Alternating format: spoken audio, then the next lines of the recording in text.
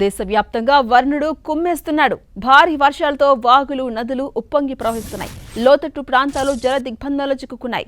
రహదారులపై నీరు నిలవడంతో పలుచోట్ల రాకపోకలు స్తంభించాయి. హర్యానా, ఒడిశా, ఉత్తరాఖండ్, పశ్చిమ బెంగాల్లో వర్షాలు దంచుకొడుతున్నాయి.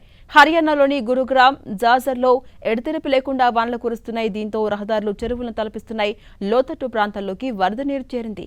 రహదారులపై భారీగా నీరు చేరడంతో రాకపోకలకు తీవ్ర ఇబ్బంది ఏర్పడింది. ఒడిశాలో జోరుగా వానలు కురుస్తున్నాయి. పూరీ నగర వ్యాప్తంగా మోస్తరు నుంచి భారీ వర్షాలు పడుతున్నాయి. లోతట్టు ప్రాంతాలు జల దిగ్బంధంలో చిక్కుకున్నాయి.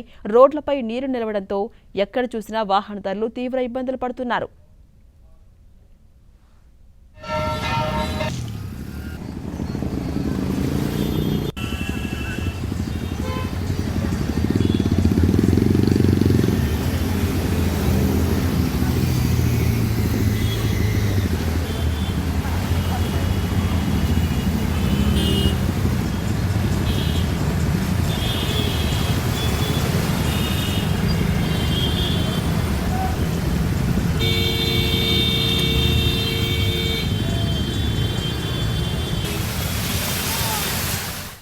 ఇక ఉత్తరాఖండ్లో భారీ వర్షాలు అతలాకుతలం చేస్తున్నాయి. హరిద్వార్లో ఉదయం భారీ వర్షం కురవడంతో రోడ్డుపై భారీగా వర్షం నీరు చేరింది. వర్షం నీటితో వాహన రాకపోకలకు తీవ్ర అంతరాయం ఏర్పడింది.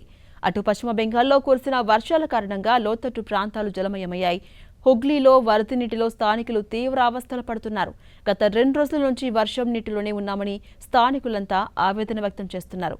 అధికారులు సహాయక చర్యలు చేపట్టాలంటూ డిమాండ్ చేస్తున్నారు.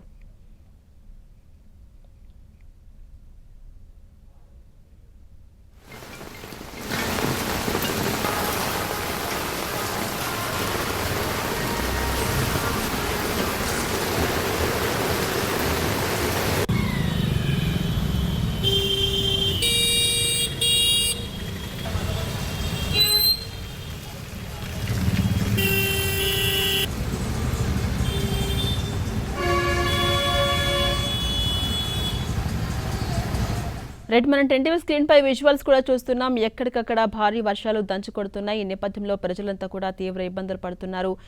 విజువల్ మనం చూస్తున్నాం. గురుగ్రామ్లో ఏ విధంగా వాహనదారులు ఇబ్బందులు పడుతూ అటు ఆఫీసులకు వెళ్లే ప్రయత్నం చేస్తున్నారు. రోడ్లపైకి నీరు రావడంతో కొంత ఇబ్బందులు పడుతున్నారు. పాదచారులు కూడా ఇబ్బందులు పడుతున్నారు. వాహనదారులు ముఖ్యంగా ఆ నీళ్లలోనే వెళ్లాల్సిన పరిస్థితి కనబడుతోంది. అటు వెస్ట్ బెంగాల్లో కూడా సేమ్ సీన్ కనిపిస్తోంది.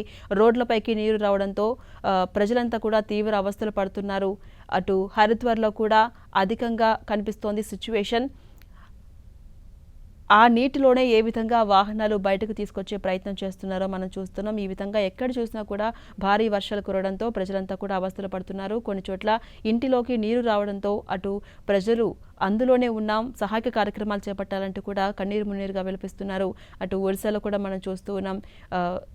గల్లీల నుంచి మెయిన్ రోడ్డు వరకు కూడా అంతా నీటిమయంగా కనిపిస్తోంది.